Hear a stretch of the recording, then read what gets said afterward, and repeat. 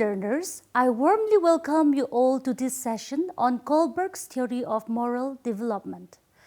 Let me begin with a simple question. Have you ever wondered why people differ so much in the way they decide what is right and what is wrong? Some will say, I can't do this because I might get punished. Others will say, I won't do this because people will think badly of me.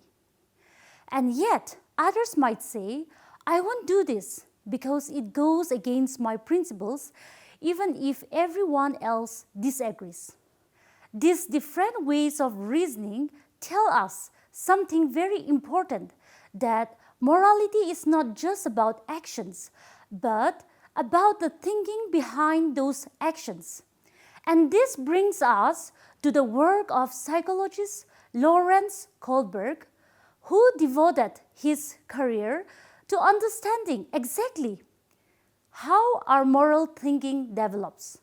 But before we go deeper into the theory, let's pause and ask a simple question. When we say moral development, what do we really mean?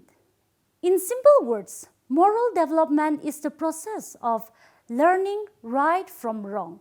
It's the journey of how we move from simply avoiding punishment as kids to seeking approval as teenagers and to standing for universal principles as mature adults.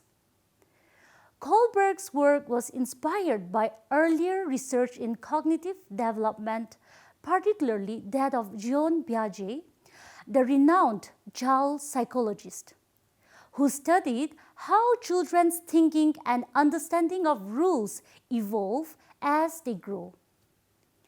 While Piaget emphasized how children's moral thinking shifts with age, Kohlberg focused more deeply on the reasoning processes behind moral judgments rather than the judgments themselves. To understand Kohlberg's theory, let's go back to its origin. Kohlberg didn't view morality as merely a set of rules that children memorize. Instead, he saw it as a process that develops and evolves as we grow. But how did he uncover this?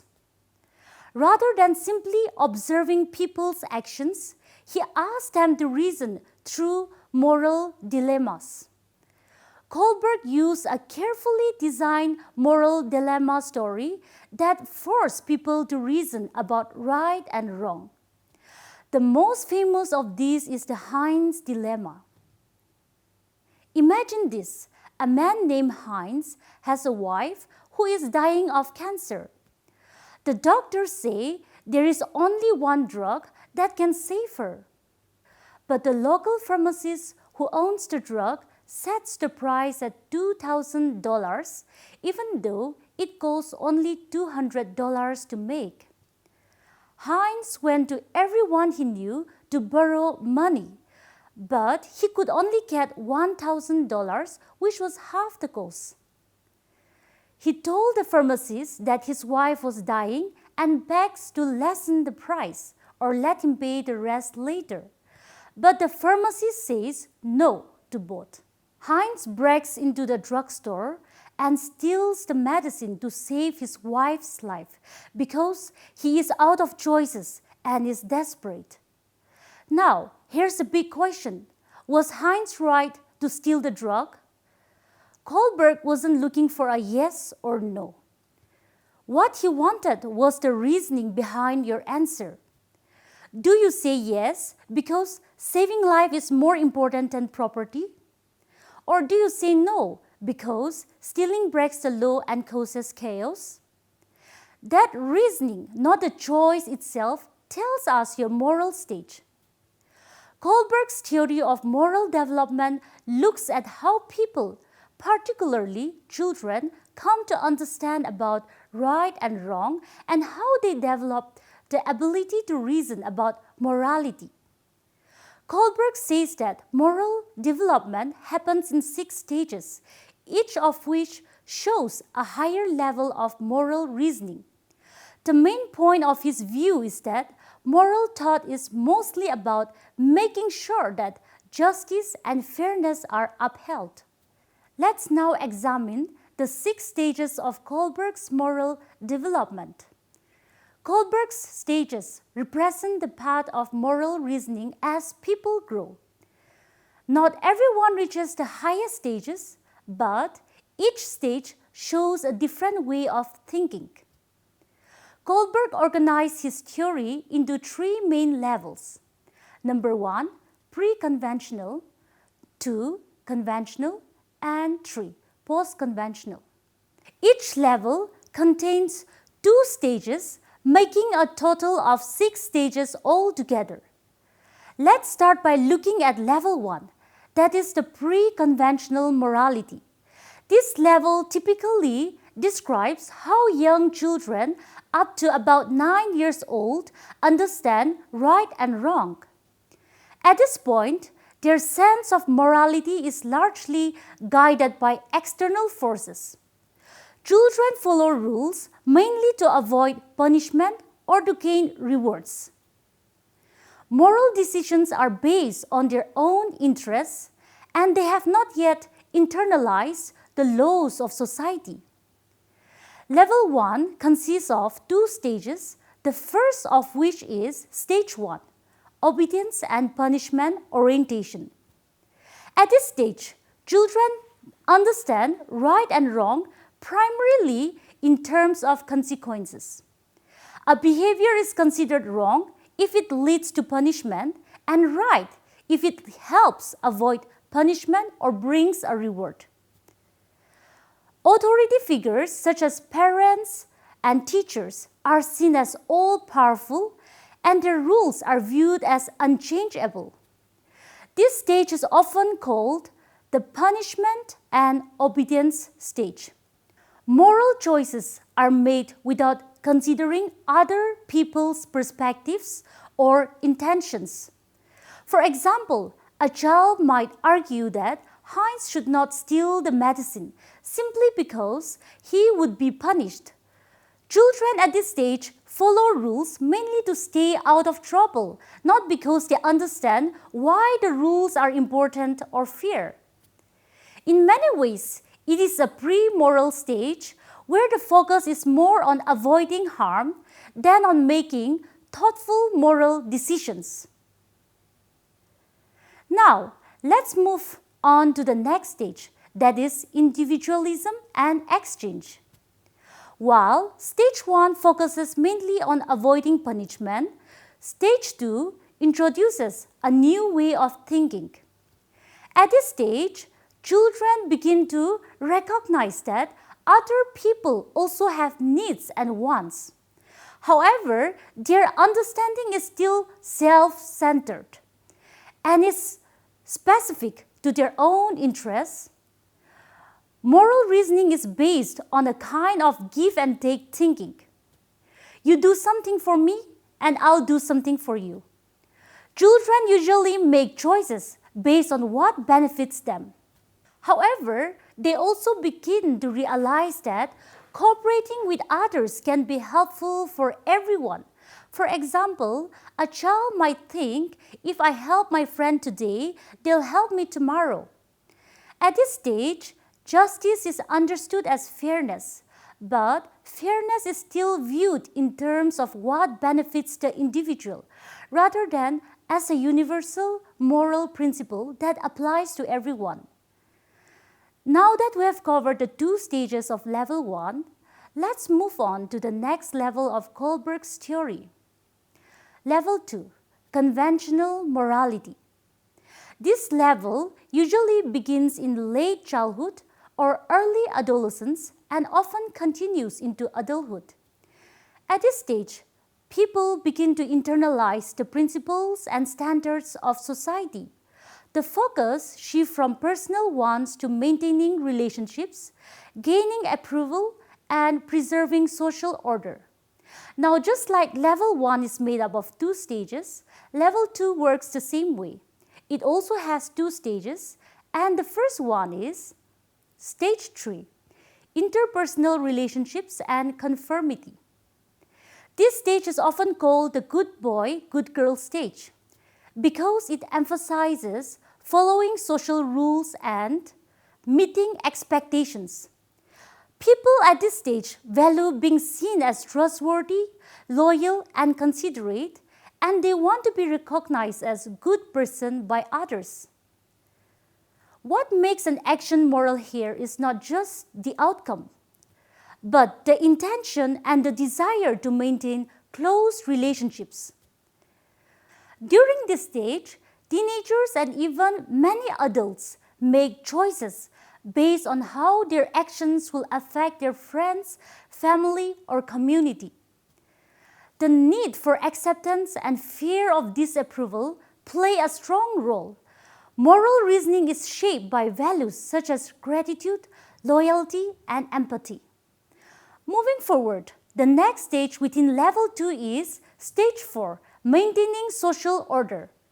As people mature, their moral reasoning expands to include a broader concern for society as a whole. At this stage, they recognize the importance of maintaining peace, respecting authority, and fulfilling their duties as members of society.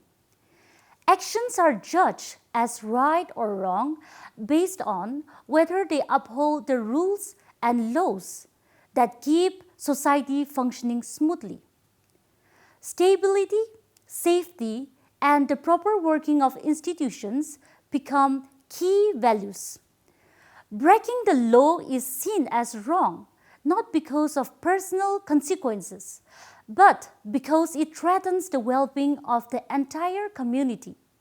Now that we have explored both stages of level 2, let's move on to the third or the final level of Kohlberg's theory, that is level 3, post-conventional morality. At this level, moral reasoning is guided by broad, principled ideas of right and wrong. Only a few people reach this stage, as it requires questioning society's rules and thinking critically about universal moral principles. This level also has 2 stages. The first of these is called social contract and individual rights. At this stage, people begin to see laws not as rigid rules but as flexible social contracts.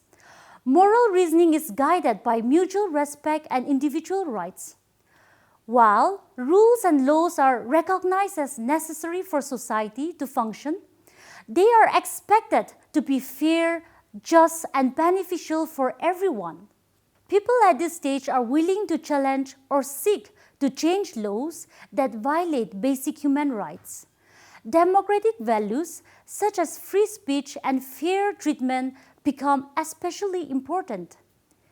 They start to ask questions like what kind of society is truly just and work toward creating it. Now, coming to the final stage of Kohlberg's theory is stage 6, universal ethical principles. This stage is the most advanced level of moral development. At this stage, people make decisions based on universal principles such as justice, equality, and human dignity, even when these principles go against the laws or what society thinks is right. At this level, moral thinking is based on conscience and moral principles, not regulations from outside. People at this stage are willing to face personal loss or social disapproval to do what they believe is right. For instance, someone might break the law if it goes against basic human rights. People do things not for their own benefit or to get favor from others, but to uphold moral principles that protect the rights and well-being of everyone, even if it means making a personal sacrifice. These moral principles can be grouped into key areas which guide ethical behavior at this stage. The principles include equality and fundamental human rights. At this stage, a person believes that everyone deserves equal treatment, freedom, and basic human rights. Next, we have commitment to justice. At this stage, justice is a core value. A person works diligently to ensure that justice is upheld, even if the majority accept laws or practices that are unfair. Moving on to the next principle, we have adherence to non-violence. At this stage, people strongly believe in non-violence. When confronting injustice, they may use peaceful resistance, civil disobedience, or non-violent protests. Even in the face of attacks or oppression, they remain committed to non-violent methods, believing that lasting change can only be achieved through peaceful and ethical means. Another key principle is understanding of the social contract. At this stage, people see laws as social agreements, which is meant to benefit society. But they also believe that these agreements must protect everyone's rights. They considered it morally right to challenge or change laws and practices that violate fundamental ethical principles. Now we come to the final principle, respect for human dignity. Every person is seen as deserving of kindness, justice, and respect, regardless of who they are or their circumstances. Now that we have explored the stages of moral development, let's look at how this theory applies to everyday life, especially in parenting and education. Application in parenting and child rearing. Kohlberg's theory gives parents useful tools for guiding children's moral growth. The key is to match parenting strategies to the child's stage of reasoning. For younger children at the pre-conventional level, parents or guardians can set clear rules and boundaries, explain consequences consistently, both rewards and discipline, reinforce that rules matter not only to avoid punishment, but also to keep harmony at home. And as children grow older and begin to understand fairness and reciprocity, parents can encourage discussions about responsibility and the effects of actions on others. Use everyday situations to highlight values like honesty, fairness, and empathy. Support their move toward more advanced reasoning that considers both rules and intentions. Teachers too play a central role in shaping moral development. According to Kohlberg, classroom practices should be aligned with the students' developmental stages. In early years, teachers can establish clear, consistent rules, apply age-appropriate consequences, emphasize respect for authority as a foundation. In later years, teachers can promote cooperation, fairness, and mutual respect in group work, involve students in setting classroom norms, helping them see why rules exist. Use real-life dilemmas to spark reflections on perspectives, fairness, and responsibility.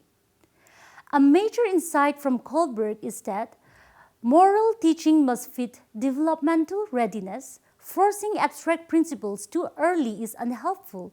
Instead, instruction should be gradual and scaffolded. By adjusting approaches in parenting and education to match a child's moral stage, adults can guide youngsters to become kind, responsible, and fair decision makers. While Kohlberg's theory has made a significant and lasting contribution to the study of moral psychology, it has also been the subject of various criticisms. A central critique of Kohlberg's theory is the discrepancy between moral reasoning and moral behavior. The theory assumes that advanced moral reasoning directly leads to ethical actions. However, in reality, knowing what is right does not always result in doing what is right.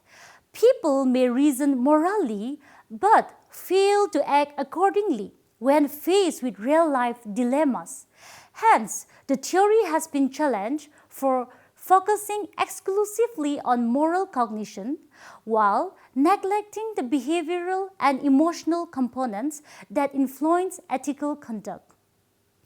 Another key criticism is that Kohlberg's theory reflects a Western bias and has a limited cultural perspective. Kohlberg's theory reflects a predominantly Western individualistic perspective, emphasizing personal rights and justice. In many non-Western societies, moral reasoning is shaped more by community welfare, social harmony, and group responsibilities, rather than personal rights and justice. As such, the theory may not fully capture the moral perspectives prevalent in Eastern or indigenous cultures, where communal values are prioritized over individual autonomy. And so, this raises questions about the cross-cultural applicability of the stage model. Finally, the theory is criticized for age appropriateness and the relevance of its moral dilemmas. Much of Kohlberg's research was conducted with children and adolescents, many under the age of 16. Critics argue that complex dilemmas such as the Heinz dilemma, which involves adult concerns like illness, marital obligations, and financial burdens, may have been too abstract for young participants. As a result, their responses might not fully reflect genuine moral reasoning, raising questions about the validity of the findings. Dear learners, as we come to the end of this session, take a moment to think about this. Moral development is a journey, not a destination. Kohlberg's theory helps us see how our understanding of right and wrong grows from simple rules and punishment in childhood to complex ideas of justice and fairness as we mature. Each stage offers insight into how people reason, make choices, and respond to moral challenges in life. Even if we don't all reach the highest stages, being aware of these stages can help us better understand ourselves, our actions, and the world around us. Remember, moral growth is ongoing. It's about learning, reflecting, and striving to make decisions guided by fairness and conscience.